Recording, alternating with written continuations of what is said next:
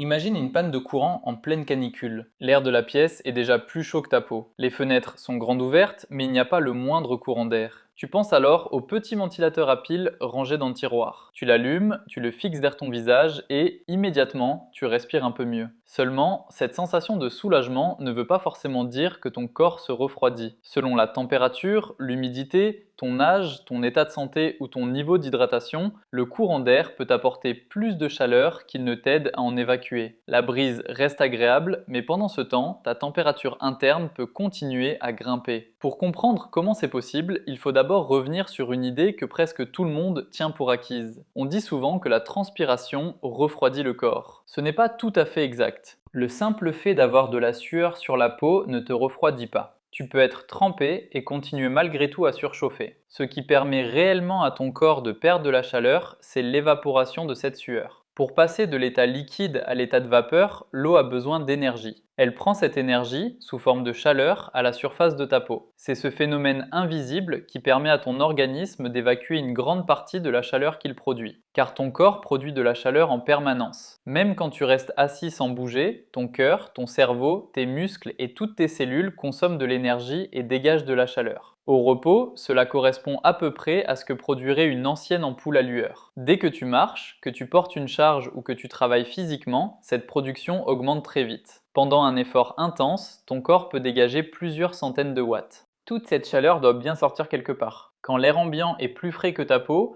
une partie de la chaleur quitte naturellement ton corps par rayonnement et par convection. L'air qui passe près de ta peau se réchauffe à son contact, puis emporte cette chaleur. Mais lorsque l'air devient plus chaud que ta peau, le phénomène peut s'inverser. Ce n'est plus seulement ton corps qui réchauffe l'air. L'air se met aussi à réchauffer ton corps. À partir de là, l'évaporation de la sueur devient l'un des derniers moyens efficaces dont ton organisme dispose pour se défendre. Et c'est précisément là que l'humidité entre en jeu. Dans un air sec, la sueur s'évapore facilement, parfois si rapidement que tu ne remarques même pas à quel point tu transpires. Dans un air très humide, l'atmosphère est déjà chargée en vapeur d'eau. La sueur a donc beaucoup plus de mal à s'évaporer. Elle s'accumule sur ta peau, tes vêtements se collent à ton corps. Tu restes trempé, mais tu te refroidis de moins en moins, parce que l'eau ne s'évapore plus assez vite. Voilà pourquoi deux journées affichant exactement la même température peuvent être ressenties de manière complètement différente. Un thermomètre classique indique à quel point l'air est chaud, mais il ne dit pas si cet air permet encore à ton corps d'évacuer sa propre chaleur. Il y a plus de 2 siècles, on a mis au point une méthode étonnamment simple pour mesurer cette différence. On prend un thermomètre ordinaire, on entoure son extrémité d'un tissu mouillé, puis on l'expose à l'air. Si l'air est sec, l'eau du tissu s'évapore rapidement. Cette évaporation refroidit le thermomètre qui affiche alors une valeur nettement inférieure à la température réelle de l'air. Si l'air est humide, l'eau s'évapore plus lentement. Le thermomètre se refroidit donc beaucoup moins. Et lorsque l'air est totalement saturé d'humidité, l'évaporation s'arrête presque complètement. Le thermomètre humide finit alors par afficher la même valeur que le thermomètre classique. Cette mesure s'appelle la température de bulbe humide. Elle ne permet pas, à elle seule, d'évaluer tous les risques liés à la chaleur. Elle ne tient pas parfaitement compte du soleil direct, des vêtements, de l'activité physique, du vent, de l'âge ou de l'état de santé. Mais elle indique si la transpiration peut encore s'évaporer suffisamment pour refroidir le corps. Pendant longtemps, une valeur en particulier a été présentée comme la limite ultime.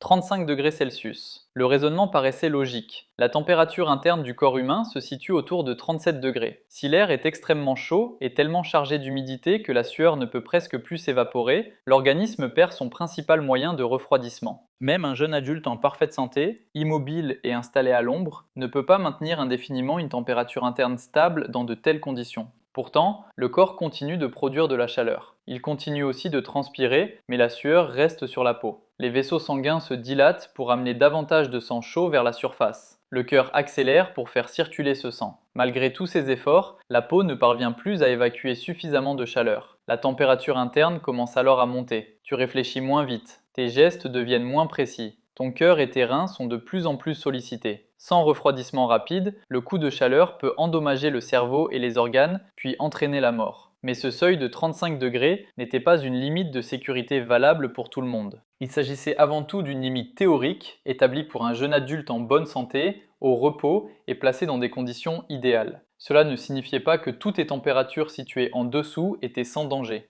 Des chercheurs ont ensuite exposé plusieurs volontaires à différents environnements chauds, tout en leur demandant d'effectuer de légères activités comparables à celles de la vie quotidienne. Dans un air chaud et humide, leur température interne commençait à monter à partir d'une température de bulbe humide moyenne d'environ 30,6 degrés, plus de 4 degrés en dessous de l'ancienne limite théorique. Dans un air très chaud mais plus sec, le seuil n'était pas le même. Il n'existe donc pas de limite universelle valable pour tout le monde et dans toutes les situations. Une personne âgée peut se retrouver en difficulté bien plus tôt. Même chose pour un enfant, une femme enceinte, une personne atteinte d'une maladie cardiaque ou rénale, ou quelqu'un qui prend certains médicaments. Un ouvrier agricole ou un travailleur du bâtiment produit également beaucoup plus de chaleur interne qu'un volontaire tranquillement assis dans un laboratoire. Ajoute à cela le soleil direct, des vêtements épais, une mauvaise ventilation ou un manque d'eau, et la marge de sécurité se réduit encore. Le rôle du ventilateur devient alors plus compliqué qu'il n'en a l'air. En réalité, un ventilateur produit deux effets en même temps. D'abord, il chasse la fine couche d'air chaud et humide qui reste au contact de ta peau. La sueur peut alors s'évaporer plus facilement, ce qui aide ton corps à se refroidir. Mais il accélère aussi les échanges de chaleur entre l'air et ta peau. Lorsque l'air est plus frais que ton corps, c'est une bonne chose, il emporte de la chaleur. Lorsqu'il est beaucoup plus chaud, il peut au contraire t'en transmettre davantage. Tout dépend donc de l'effet qu'il emporte sur l'autre. Voilà pourquoi on ne peut pas conclure qu'un ventilateur devient forcément dangereux dès que la température dépasse 35 degrés.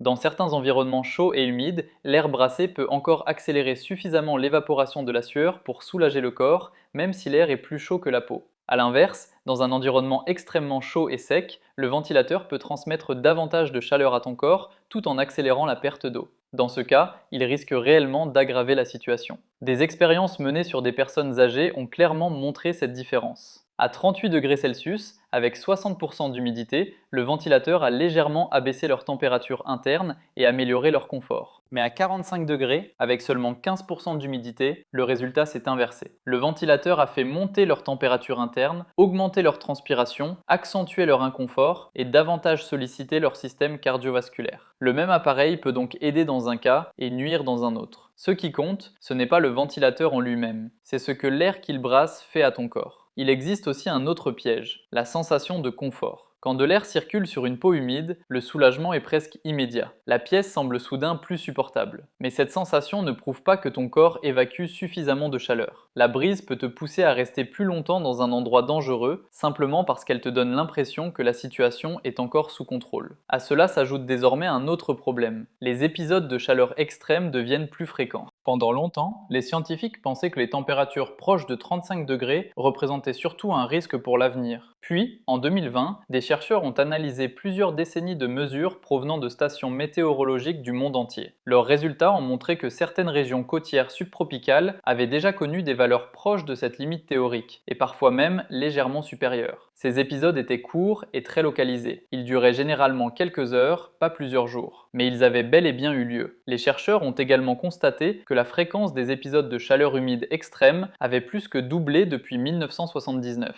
Les valeurs les plus élevées ont notamment été relevées autour du golfe Persique et en Asie du Sud, surtout près des côtes et dans certaines vallées fluviales, là où une chaleur intense peut se combiner avec une très forte humidité. Un pic de quelques heures ne rend évidemment pas une ville entière inhabitable du jour au lendemain. Mais il montre que cette limite n'existe plus seulement dans les modèles climatiques ou dans les laboratoires. Les personnes les plus exposées sont rarement celles qui peuvent facilement se mettre à l'abri. Ce sont notamment les travailleurs des champs, des ports, des cuisines, des entrepôts et des chantiers. Ce sont aussi les personnes âgées qui vivent seules dans des appartements où la chaleur s'accumule pendant la journée et ne retombe presque pas la nuit. Il y a enfin les familles qui n'ont pas accès à la climatisation ou qui en sont privées au moment précis où le réseau électrique, surchargé, commence à céder. La chaleur peut d'ailleurs provoquer des effets mortels bien avant que l'organisme n'atteigne sa limite maximale de tolérance. La canicule européenne de 2003 a été associée à environ 70 000 décès, alors que la plupart des victimes n'ont jamais été exposées durablement à une température de 35 degrés. Ce chiffre ne doit donc pas être considéré comme une frontière nette entre une situation sans danger et une situation mortelle. Le risque commence bien avant. À des niveaux moins extrêmes, le corps peut encore tenir, alors que le cœur, les reins, la capacité de réflexion et l'aptitude à travailler commencent déjà à se dégrader. Les heures passées dans la chaleur s'additionnent. Quand les nuits restent elles aussi étouffantes, l'organisme n'a plus vraiment l'occasion de récupérer. Une température qu'un jeune adulte en bonne santé pourrait supporter pendant une courte période